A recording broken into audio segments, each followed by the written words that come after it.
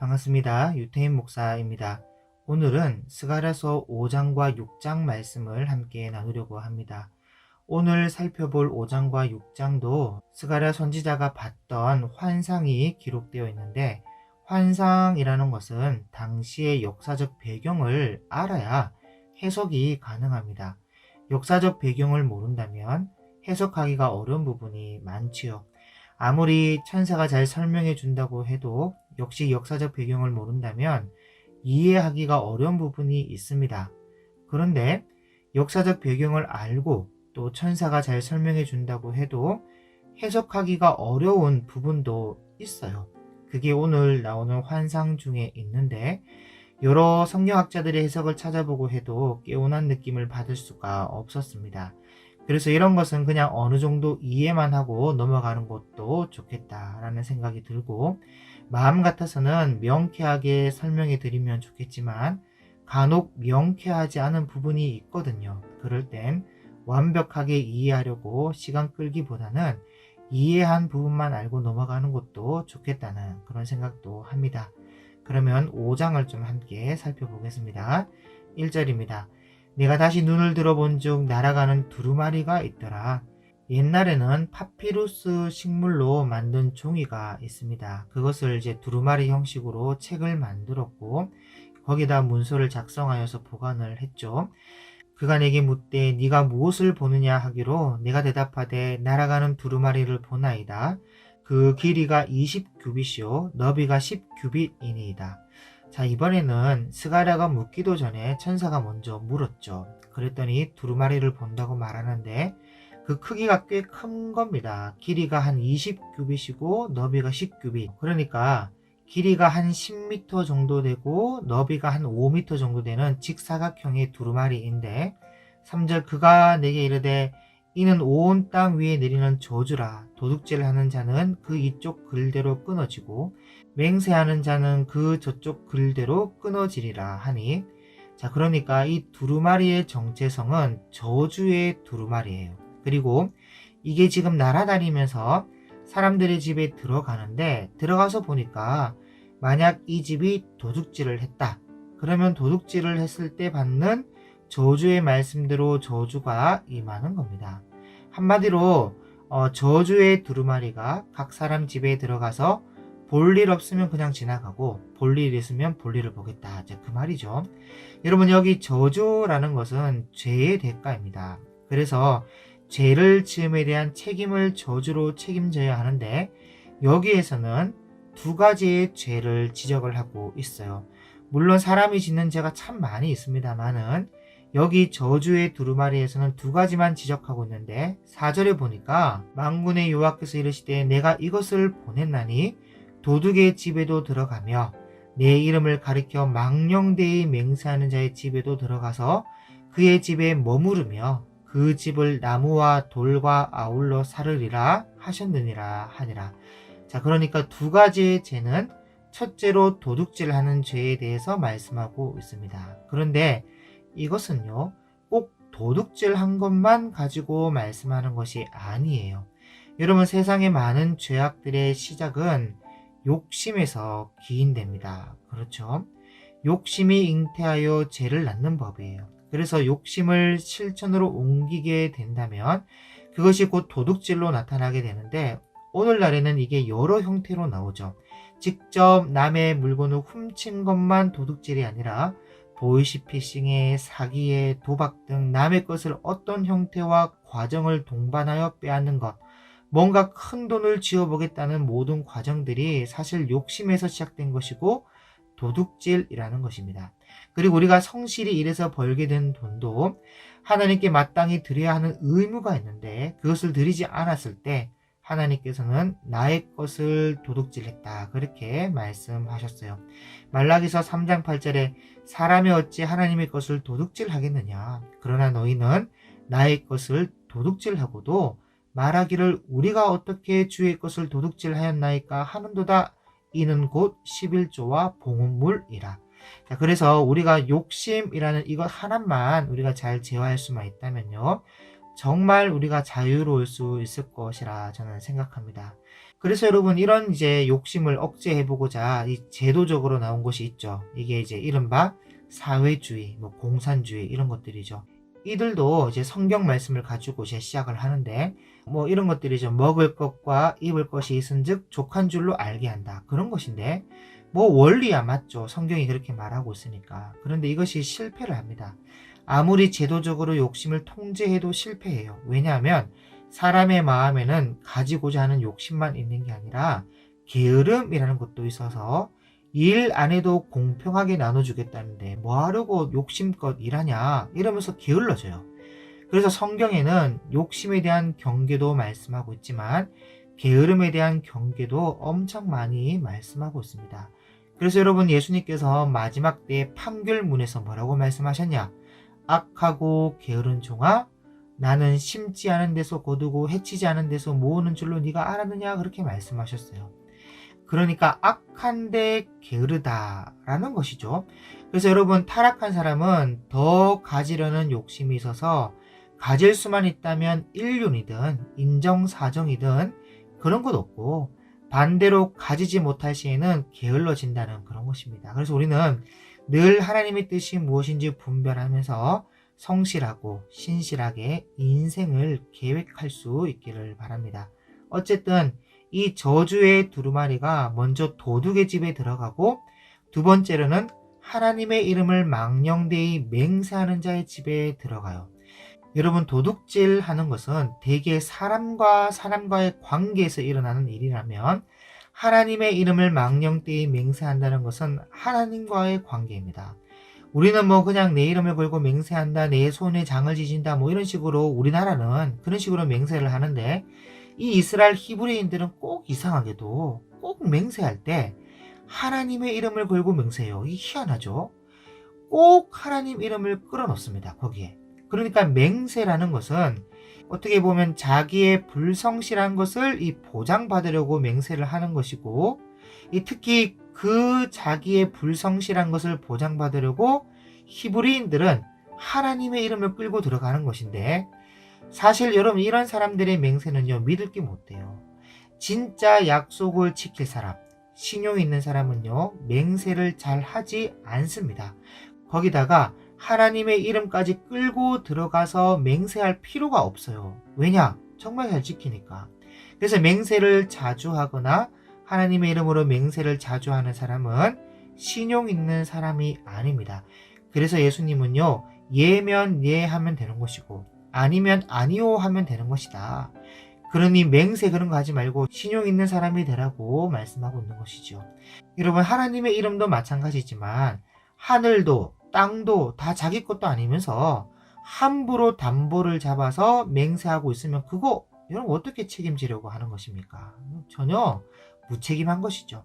그래서 여러분 4절에 내 이름을 가리켜 망령되이 맹세하는 자의 집에도 들어가서 그의 집에 머무르며 그 집을 나무와 돌과 아울러 사르리라 하셨느니라. 그렇게 말씀하고 계신 것이죠.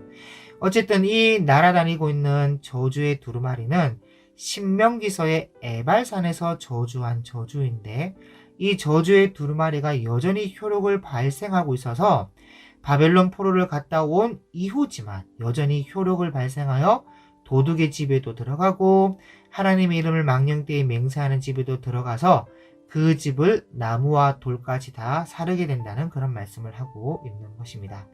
그러니까 다시 말하면 다시 돌아온 이스라엘 백성들에게 욕심 부리지 말라는 것이죠. 우리가 바벨론 포로에서 돌아와서 이 척박한 땅을 다시 개간하여 산다는 것은 모든 사람에게 다 동일하게 어렵습니다. 그런데 그 중에 힘이 있고 이 머리 좋은 사람이 있어서 욕심을 부리기 시작하면요, 이 순둥이들, 이 약한 사람들은 당할 수밖에 없다는 겁니다. 그래서 욕심 부리지 말고 탐심으로 하는 거짓 맹세, 그런 거, 하나님 이름을 망령되이 일컬으며 하는 맹세를 그런 거 하지 말라는 말씀을 하고 있는 것이죠. 자, 5절입니다. 여러분 이것도 환상을 보는 것인데 이 환상은 조금 어려운 부분이 있어요. 내게 말하던 천사가 나와서 내게 이르되 너는 눈을 들어 나오는 이것이 무엇인가 보라 하기로 내가 묻되 이것이 무엇이니까 하니 그가 이르되 나오는 이것이 에바이니라 하시고, 자 여기 이 에바라는 것은 곡식 담는 그릇 같은 것인데, 여러분 우리가 뭐 한 대, 두 대 할 때 쓰는 이 대처럼 규정된 그릇을 말해요. 또 이르되 온 땅에서 그들의 모양이 이러하니라. 이 에바 한가운데에는 한 여인이 앉았느니라 하니 그때 둥근, 아주 커다란 둥근 납 한 조각이 들리더라. 자, 그러니까 곡식을 담는 그릇 한가운데에 한 여인이 앉아 있었는데, 그때 어떤 커다란 둥근 한 납 한 조각이 공중으로 같이 들리는 겁니다. 그가 이르되 이는 악이라 하고 그 여인을 에바 속에 던져놓고 납 조각을 에바 아귀 위에 던져 덮더라.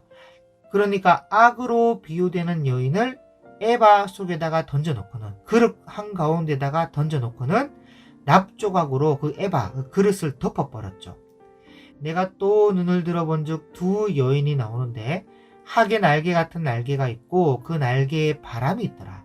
그들이 그 에바를 천지 사이에 들었기로 내가 내게 말하는 천사에게 묻되 그들이 에바를 어디로 옮겨가나이까 하니 그가 내게 이르되 그들이 시날 땅으로 가서 그것을 위하여 집을 지으려 함이니라.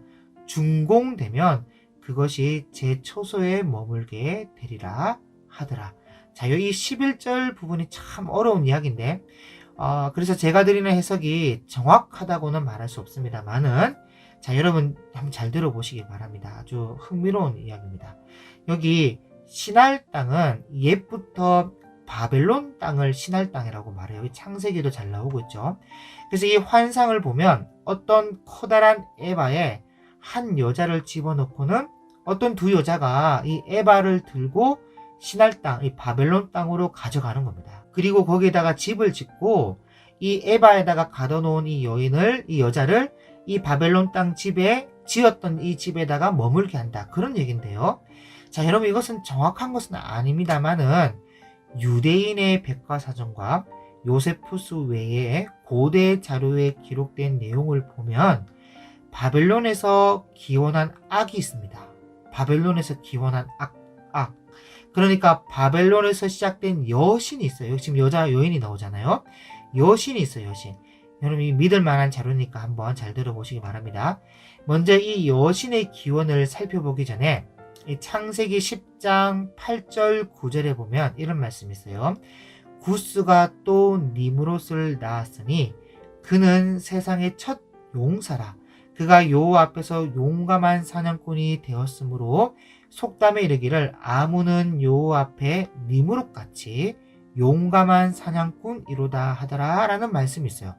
여러분 유대인들의 백과사전과 요세푸스의 고대 문헌에 기록된 것을 보면 이 니므롯이라는 사람은 당시에 극악무도한 사람이었고 엄청난 싸움꾼이었다고 합니다.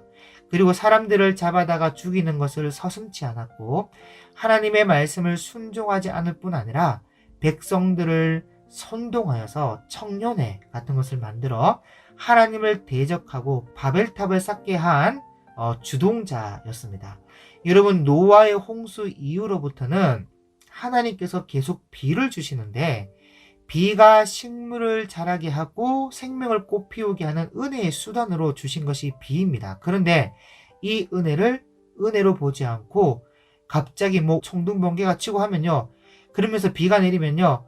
아이고 이 하나님이 화나셨는가 보다 이런 식으로 분위기를 조성을 했던 것이고 그런 식으로 분위기를 조성하여서 바벨탑을 쌓게 만든 사람이 이 니므롯이라는 사람이었어요. 그리고 하나님께서 땅에 흩어져 땅을 정복하고 땅에 충만하라 라는 이 말씀을 창세기 1장에서부터 주셨지 않습니까? 이 말씀을 이 니므롯이 왜곡해서는 하나님께서 사람들을 흩어 보내시는 목적이 인간들의 세력을 꺾어서 통치하기 쉽게 하려고 한다라며 선동을 했고 그러니 우리들은 절대로 흩어지지 말자고 선동을 했던 사람이 니므롯이었습니다. 그래서 이 니므롯의 바벨탑 사건 자체가요. 하나님의 언약을 믿지 않는 불신앙의 상징이 되었어요. 노아에게 준 무지개 언약을 인간들이 믿지 않았다는 것이죠. 그래서 결국 바벨탑을 쌓게 되었고 하나님을 거짓말쟁이로 취급을 하게 된 것이죠. 그때 여러분 이때 이 니무롯에게는 아내가 있었어요. 이 아내가 있었는데 이 아내 이름이 세미라미스라는 여자가 있었는데요.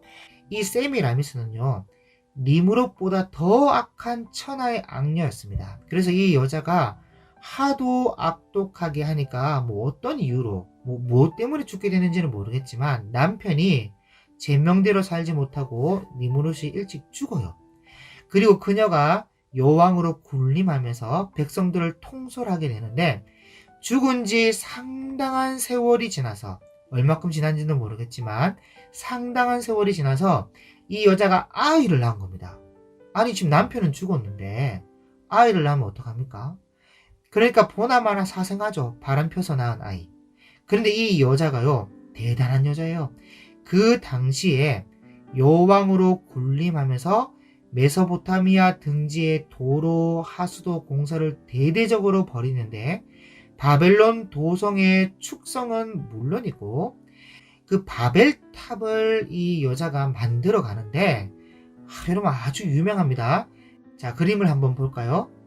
자, 여러분 이 그림에서 보듯이 정말 저렇게 바벨탑을 쌓았거든요. 저건 이 고대 자료에 의거한 거의 사실적으로 그린 그림이에요. 저럴 것이다 하며 그린 그림이 아닙니다. 그리고 이때에 하수도 공사라는 것을 했다는 것은 정말 대단한 일이었습니다. 대단한 공사였어요. 비가 왔을 때 절대로 홍수가 나지 않도록 완벽하게 만들었습니다. 그리고 세미라미스가 축성한 바벨론 성은요, 유브라데 강물을 중심으로 양옆에 이 동쪽과 서쪽 성으로 유브라데 강 이 동쪽에는 바벨탑을 쌓고요, 서쪽에는요 공중정원을 만들었는데 그 중에서도 이 서쪽의 공중정원은 공학기술의 정수를 모은 건축물로서 세계 7대 불가사의로 꼽힐 정도로 대단한 건축물이었고 이걸 짓게 만든 사람이 세미라미스예요. 여러분 인터넷에 한번 검색해 보십시오. 네이버나 이런 데 가서 세계 7대 불가사의 공중정원이라고. 그래서 이것이 얼마나 유명하면요, 오페라에도요 니무롯의 아내인 세미라미스가 나오는데 그 이유가 공중정원을 만들었으니까. 로시니의 가극 세미라미데라는 것이 있습니다. 1823년에 나온 곡인데 레스피기 오페라 가운데 나와요. 바벨론 성이 공중정원을 만들었는데 아주 유명한 여자이기 때문에 이렇게 가극으로 등장을 하는 것이죠. 그래서 이 공중정원에 대한 그림을 한번 보면요, 자, 여러분 이 중간에 흐르고 있는 저 강물이 유브라데스 강물이고요. 저쪽 저 멀리 보이는 저 탑 보이죠? 저게 바벨탑입니다. 유브라데 강물 동쪽에 위치하는 것이고 이 가까이 있는 여기가 이 공중정원인데 여러분 이게 지금 밑에 그림에 물이 안 보이죠? 다음 그림을 보면 자, 여러분 여기 보면요 밑에 물이 있고 그 물 위에 공중에 떠 있는 정원을 만든 겁니다. 이 당시에. 그러니까 기둥을 이제 강물에다 박아서 그 위에다가 이제 공중 정원을 이제 만든 것인데 여러분 이 당시에 이렇게 만들 수 있었다는 것이 대단한 거 아닙니까?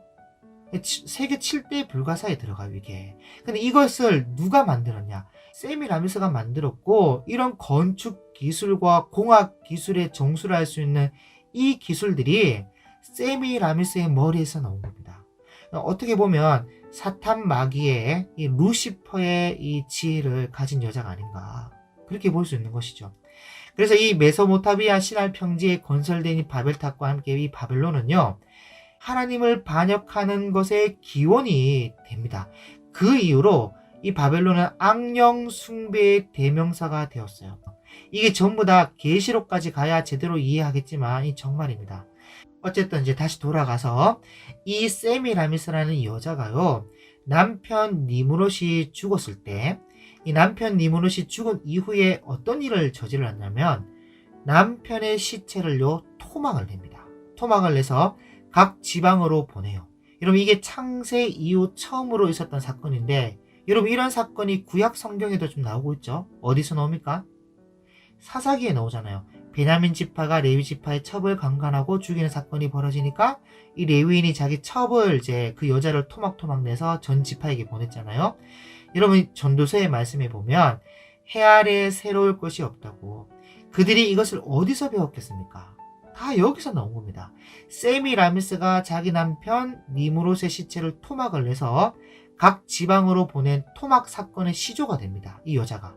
어쨌든 그 이후에 이 세미라미스가 한참 시간이 지난 이후에 사생아를 낳았는데, 사생아라고 말하기가 창피하니까 뭐라고 소문을 냈냐? 자기 남편이 자기 몸을 통해서 환생하여 아들이 태어났다고 하면서 이야기를 꾸며냅니다. 그리고 환생할 수 있었다고 하는 근거가 뭐냐? 태양신의 능력으로 환생했다고 말을 하는 겁니다. 왜냐하면 이들은 하나님을 섬기는 것이 아니라 하나님을 대적하면서 태양신을 섬기고 있었는데, 여러분 왜 태양신을 섬기냐? 자꾸 비가 오니까 두려운 겁니다. 여러분 노아 홍수 이전에는 비가 오지 않았습니다.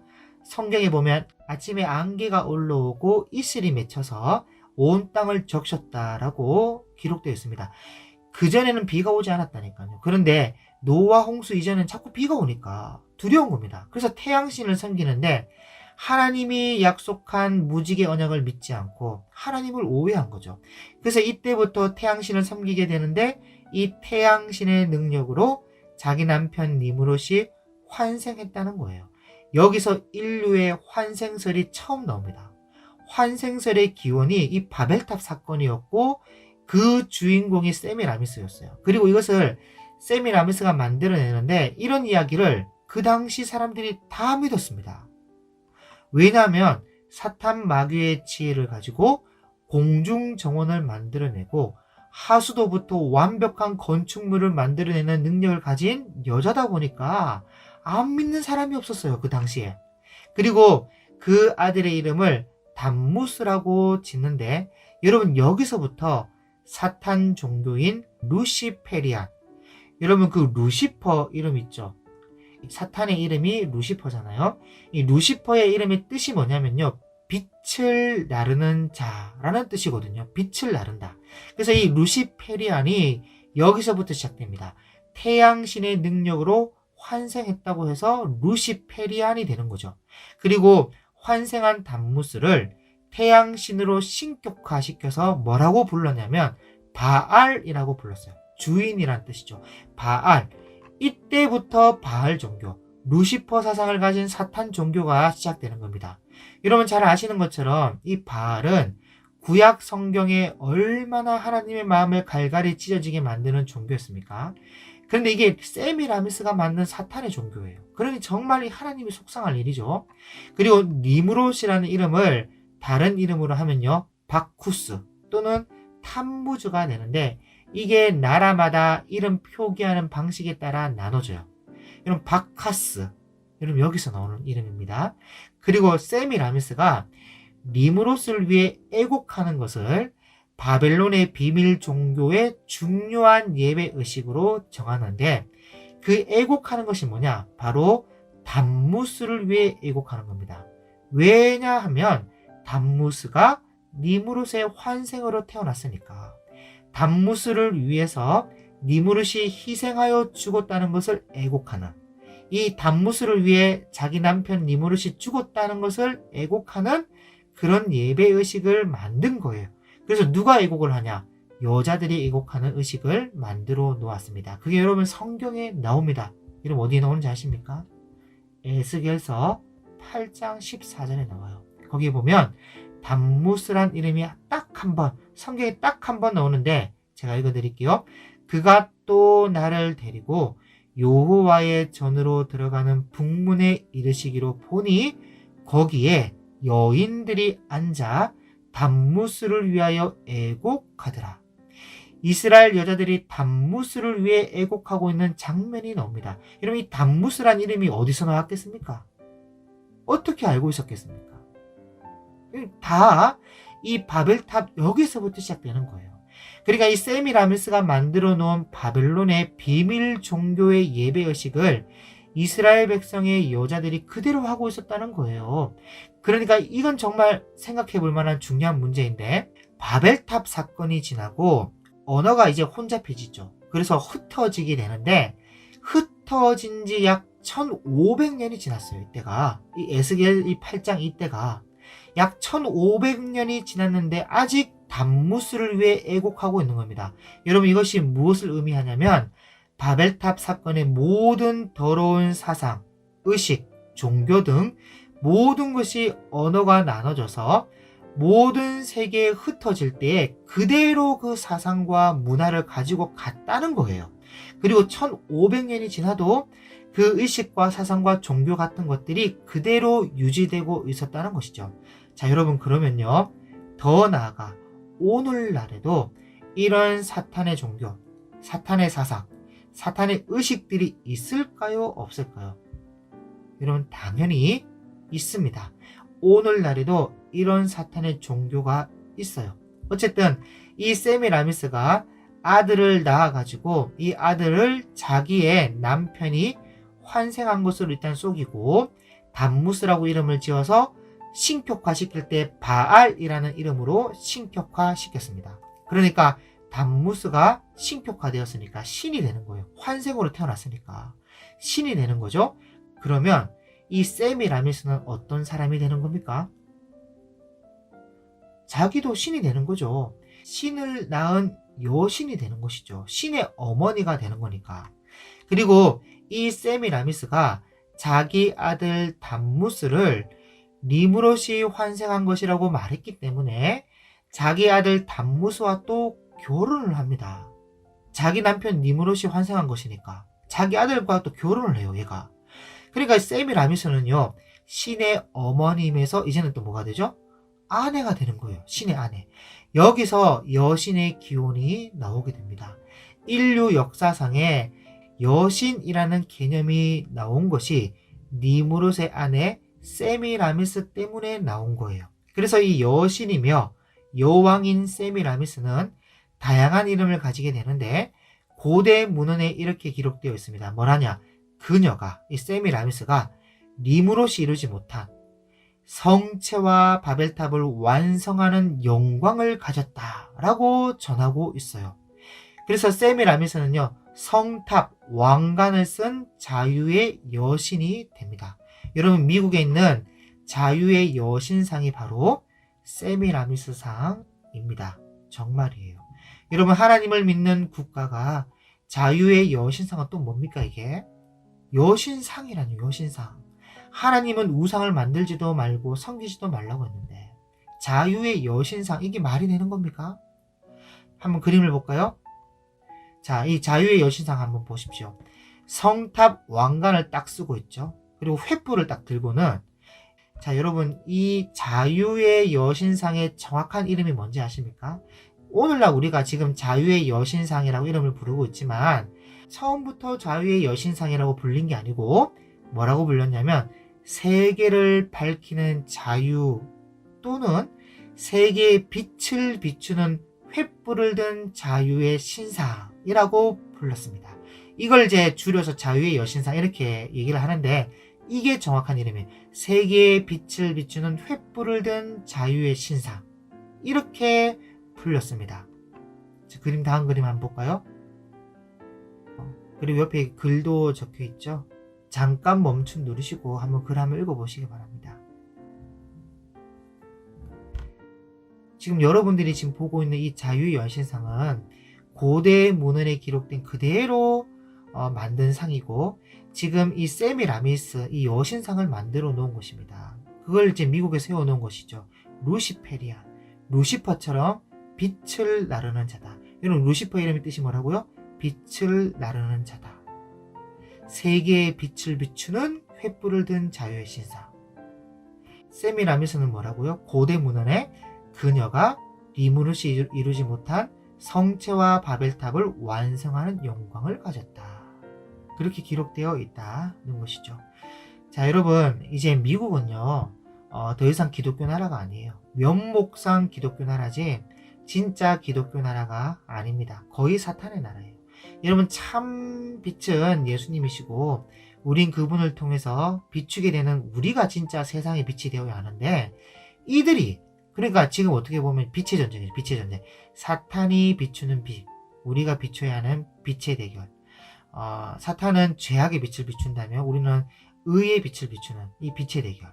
어쨌든 이 세미라미스가 환생한 자기 남편 님으로, 다시 말하면 자기 아들 담무스와 결혼을 하면서 자기는 어떻게 보면 신의 어머니가 되기도 하고 신의 아내가 되는 여신이 되는데, 드디어 여기에 그치지 않고 뭐라고 또 주장을 하게 됐냐면 자기 아들 담무스를 여인의 후손이다, 구세주다라고 주장을 합니다. 여러분, 이게 창세기 3장 15절에 나오죠. 내가 너로 여자와 원수가 되게 하고 네 후손도 여자의 후손과 원수가 되게 하리니 여자의 후손은 네 머리를 상하게 할 것이요 너는 그의 발꿈치를 상하게 할 것이니라, 이런 말씀을 하셨으니까 이것을 왜곡을 하는 것이죠. 왜곡을 해서 담무스를 여인의 후손으로, 왜냐하면 사생하니까, 남편 없이 낳았으니까, 바람 펴서 낳은 건데 그 바람 피는 그 남자는 죽여버렸겠죠. 죽이고 이 남편 없이 낳은 이 아이를 여인의 후손이다 라고 말을 하게 된 겁니다. 정말 미칠 노릇이죠. 딱 맞아 떨어지니까. 그래서 이 여자가 어머니신, 아들신, 신의 아내, 여기에 음녀가 나오게 되고 여신이 나오게 된 것이고 바벨론의 남신과 여신이 나오게 된 것입니다. 이것은 바벨탑을 쌓다가 흩어진 사람들에게는 정말 익숙한 내용이었어요. 그 당시 모든 사람들에게 모두 다 아는 내용입니다. 그래서 바벨탑을 쌓는 사람들이 늘 섬겨왔던 어머니신, 아들신에 대한 익숙한 개념을 언어가 혼잡해져서 세계에 흩어지니까 온 세상의 어머니신, 아들신이 일반화된 것이에요. 그래서 바벨론에서는 그 여신을 세미라미스, 아들신을 담무스라 하고, 중국에서는 여신을 싱무, 성모라고 합니다. 독일 지방에서는 아기를 안고 있는 신을 헤르타라고 하고, 스칸디나 반도에서는 아기를 안고 있는 여신을 디사라고 합니다. 그리고 에투리아 지방에서는 아기를 안고 있는 여신을 루트리아라고 하고, 드루이드교에서는 여신을 비르가파티두라고 하고, 인도 지방에서는 이 여신을 인드라니라고 하고, 인도의 또 다른 지방에서는 데바키라고 하고, 아들신을 이제 크리슈나라고 합니다. 수메르인들은 여신을 나나라고 불렀고, 로마에서는 이 여신을 비너스라고 하고, 아들신을 주피터라고 했습니다. 소아시아 지방에서는 키벨레라고 하고, 아들신을 데우스라고 했고, 가나안 지방에서는 이 여신을 아스다롯이라고 하고, 에베소 지방에서는 아르테미스, 아뎀이라고 우리 성경에 기록되어 있죠. 고린도 지방에서는 아프로디테라고 합니다. 애굽에서는 이 여신을 아이시스라고 하죠. 그리고 아들신을 호루스, 메라고 합니다. 이렇게 아들신과 어머니신이 익숙한 세상에다가 기독교를 살짝 변형시켜서 마리아를 여신으로 만들어 버리니까 아주 세트가 잘 맞죠. 마리아가 여신, 그 아들신이 예수님, 예수님신, 이렇게 만들어 버린 것이 바로 가톨릭입니다. 바로 바빌론 종교의 변신이죠.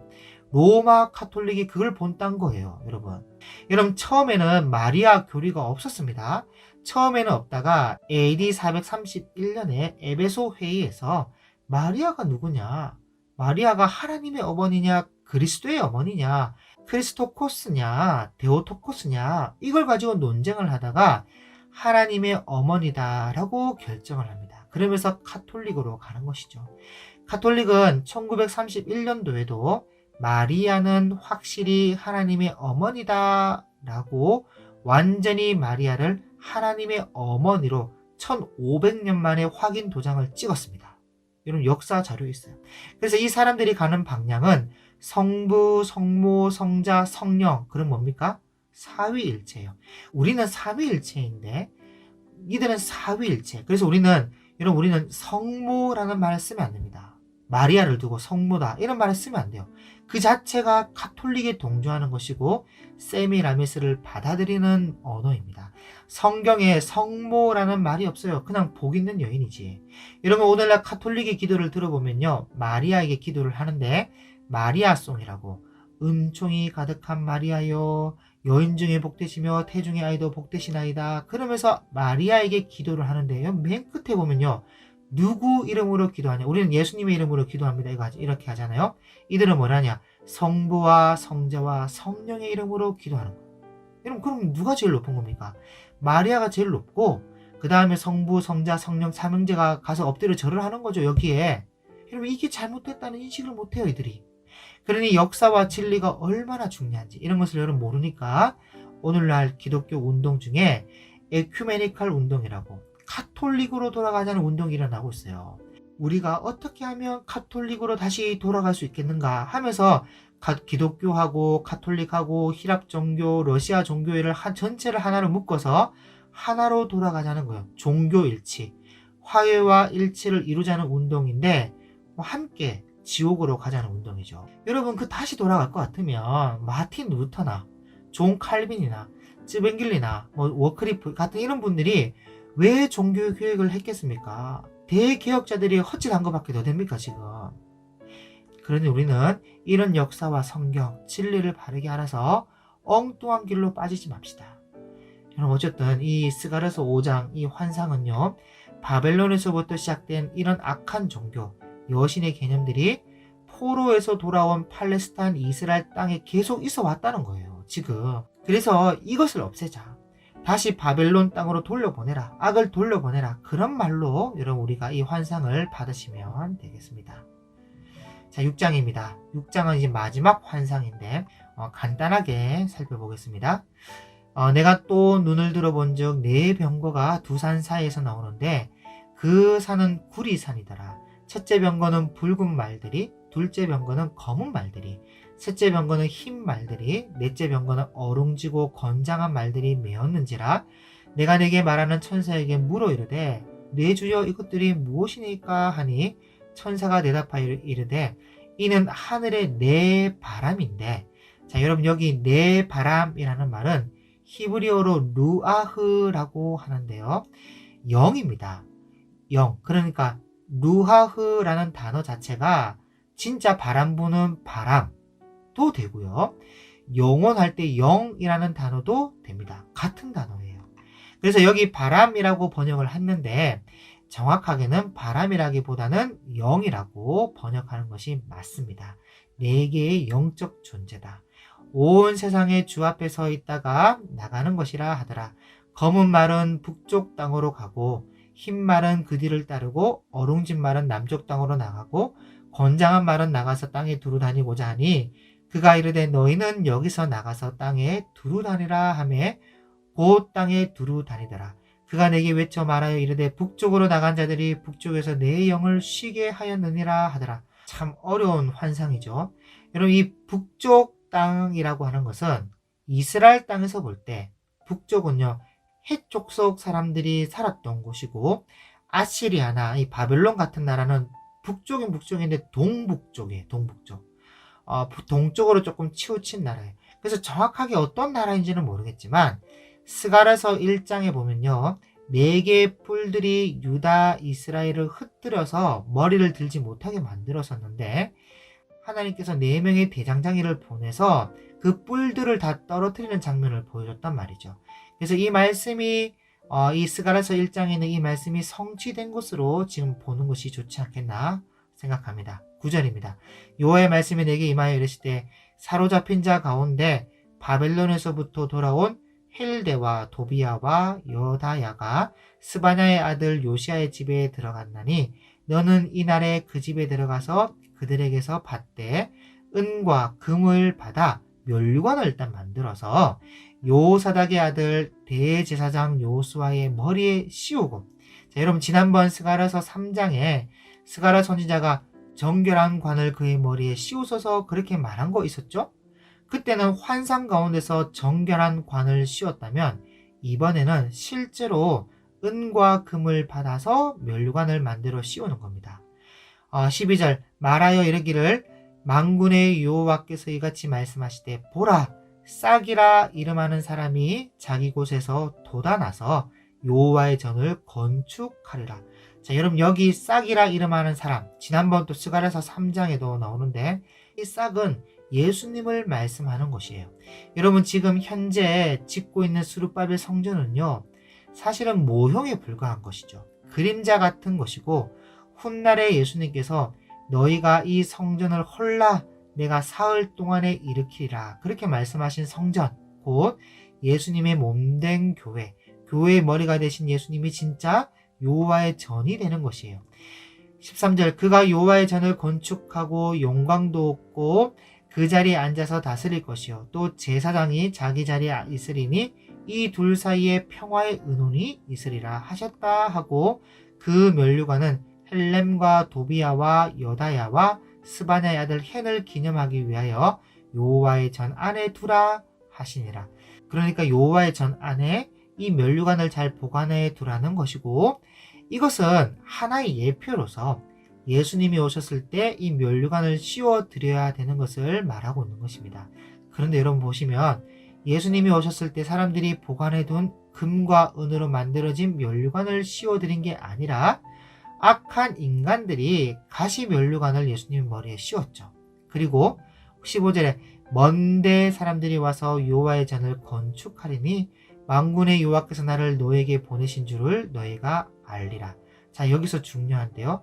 너희가 만일 너희의 하나님 여호와의 말씀을 들을진대 이같이 되리라. 자, 여기서 중요한 단어가 만일이라는 단어예요. 여기 만일 너희의 하나님 여호와의 말씀을 들을진대 이같이 되리라 했단 말이죠. 그런데 문제는 13절부터 15절까지 일이 일어났습니까? 일어나지 않았습니까? 안 일어났어요. 물론 싹이라 불리는 예수님이야 오셨죠. 그런데 여호와의 전을 따로 건축하지 않았고 그때 건축되고 있는 헤롯 성전은 돌 위에 돌 하나 남지 않고 다 무너졌습니다. 그리고 예수님께서도 영광을 얻지 못했고 그 영광스러운 자리에 앉아서 다스리지도 못했습니다. 또 제사장과 함께 평화의 의논이 있을 것이라 했는데 전혀 그런 것이 없었고 사람들이 금과 은으로 만든 면류관도 씌워드리지 않았어요. 오히려 예수님이 왕이 됨을 거부했고 사람들이 조롱하고 때리고 십자가에 못 박고 가시 면류관을 씌우고 죽였죠. 그래서 15절에 말씀하고 있듯이 만일 너희의 하나님 여호와의 말씀을 들을 때 이 말씀대로 했다면 앞에 말씀들이 다 이루어진다는 것인데 만일이니까 결론적으로 이스라엘 백성들은 여호와의 말씀을 듣지 않았다는 것이고 듣지 않음으로 인하여 결국 모든 약속이 이루어지지 않았다는 것으로 볼 수 있습니다. 그런데 여러분 중요한 것은 하나님 예수님은 역시 우리보다 몇 수나 더 내다보고 계신 분이시죠. 그게 뭐냐? 우리는 여호와의 전이라고 했을 때 그냥 하나님이 거하시는 성전 정도 아니면 오늘날의 교회 건물로 생각하는데 하나님이 보신 여호와의 전은 그런 집이 아니에요.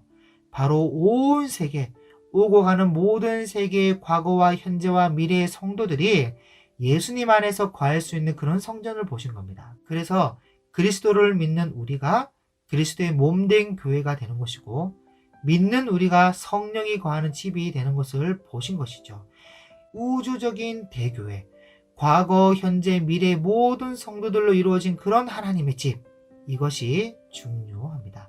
물론 오늘날 교회라고 부르는 예배당도 필요합니다만 사실 여긴 예배하는 장소일 뿐이고 진정한 교회는 믿는 사람들의 무리로 이루어진 그리스도의 몸된 교회 그리고 교회의 머리가 되신 그리스도의 뜻을 따라 그 말씀에 순종하며 살아가는 성도들이 진정한 교회라고 할 수 있다는 것이에요. 그래서 이 스가랴서 6장을 마치면서 스가랴 선지자가 본 환상이 모두 끝나는데요.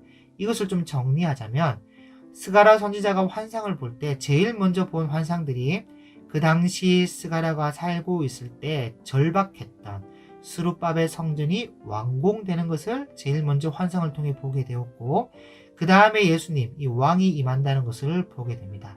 이것은 9장에서 더 자세히 살펴보게 되겠지만 예수님이 나귀를 타고 겸손하게 오시는 왕으로 표현하고 있어요. 이것은요, 당시 이 스룹바벨 총독을 여기에 대비시킬 수가 있는데 스룹바벨이 상당히 나약해 보였던 총독이었어요. 물론 대단한 학자였지만 강력한 추진력이 있는 그런 영웅 같은 지도자는 아니었습니다. 그래서 어떻게 보면 백성들이 이 스룹바벨을 참 많이 무시를 했어요. 그렇지만 이 스가랴 선지자는 스룹바벨 손으로 성전 완공이 반드시 마칠 것이다. 그렇게 말씀하고 있는 것이죠. 그래서 우리도 예수님의 모습을 볼 때 사실 예수님 당시에 거의 모든 사람들이 예수님을 보고 실망했어요. 겉모습만 봤을 때 외모로 볼 때 아름다운 모습도 흠모할 만한 풍채도 고운 모습도 없었습니다. 그리고 이런 예수님의 모습을 스가랴 선지자는 약 500년 전에 미리 봤던 것이죠. 강력한 어떤 로마를 이기는 그런 영웅 같은 지도자의 모습이 보이지 않으니까 이런 예수님의 모습을 보고 많이 실망을 했죠. 그리고 이런 예수님의 모습을 스가랴 선지자는 약 500년 전에 미리 봤던 것입니다. 그런데 스룹바벨 당시의 백성들처럼 스룹바벨을 무시하듯이 겸손한 왕으로 오시는 예수님을 역시 무시를 하는 것이죠. 그래서 대비를 좀 해보자면 스룹바벨 당시의 백성들처럼 스룹바벨을 무시하듯이 겸손한 왕으로 오신 예수님을 역시 이스라엘 백성들이 무시했습니다. 겸손의 왕을 맞아들일 이 성숙한 국민들이 거의 없었다는 말이겠죠. 그리고 다윗 왕 같은 영웅만을 바라고 있는 이 노예 근성만 가득했던 수준 낮은 백성들이었습니다. 그리고 이 스가랴서에 등장하는 대제사장 요수아나 스룹바벨 총독이나 또 나이가 어려서 자꾸 질문하고 있는 스가랴 자신의 모습을 이 종합적으로 한번 합쳐서 보면 예수님과 비슷한 모습이 나온다는 것이죠. 물론 겉모습만요. 겉으로만. 어쨌든 15절에 말씀하고 있는 만일 너희의 하나님 여호와의 말씀을 들을진대 라는 이 만일이라는 것이 이루어지지가 않아서 스가랴서 이후에 말라기 시대를 맞이하게 되고 그 이후에 관계가 깨져서 400년간 단절된 상태가 되는 그런 역사를 맞이하게 됩니다. 그리고 이제 세례 요한이 오고 예수님이 오시는데 역시나 이들은 전혀 예수님을 영접하지 못하고 결국 유대인들은 하나님의 은혜와 하나님께로부터 오는 특권을 이방인 교회 우리에게 다 넘겨주게 됩니다. 아까 말씀해보면 먼데 사람들이 와서 여호와의 전을 건축하리니, 여러분 먼데 사람들이 이방인들이요. 그리고 여호와의 전, 일반 성전, 건물 성전이 아니라 그리스도를 믿는 성도들의 모인 그 무리, 그 교회를 말씀하고 있는 것이죠. 그래서 우리가 지금 모든 특권을 누리고 있다는 것을 기억하시고, 그렇기 때문에 우리는 욕심 부리지 말고 또한 거짓 맹세하지 말고 신실하게 또 성실하게 하나님을 믿는 믿음 안에서 주님 오실 때까지 진리 위에 충성되게 살아갈 수 있기를 축복합니다. 감사합니다.